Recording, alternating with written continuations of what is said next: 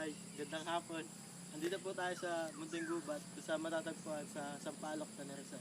Tara, tunghayan natin yung sa loob. Ayan, nandito na po tayo sa loob. Halina't tignan natin kung anong meron dito sa loob ng Munting Gubat. Ayan, madami tayong makikita dito ang iba't ibang puno, gaya ng pine tree, at mangga, at ano pa. At kung ano-ano pa. Madami rin mga damo. Tara, pasok pa tayo. Ayan, nandito na po tayo sa pinakaloob ng Munting Gubat.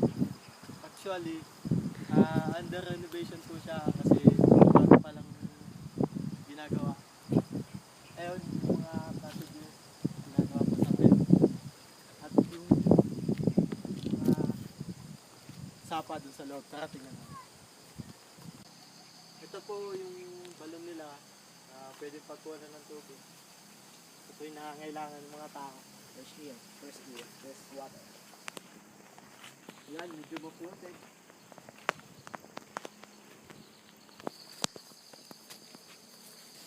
Ayan, papasok na po tayo sa kung saan may tubig. So, nagagalingan ng sapa.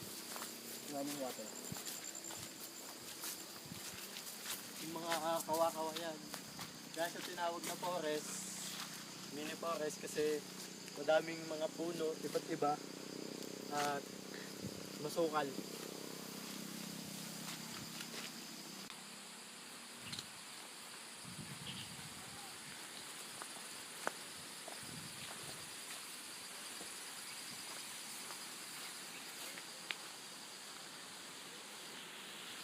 Ayan, nandito na tayo sa sapa. Ayun o.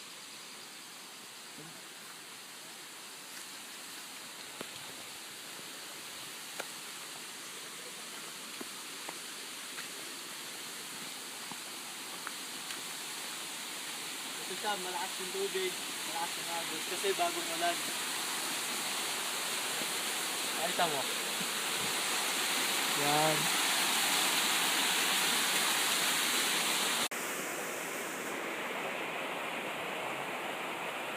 Tapos meron din pinapitan dito. Daming isda.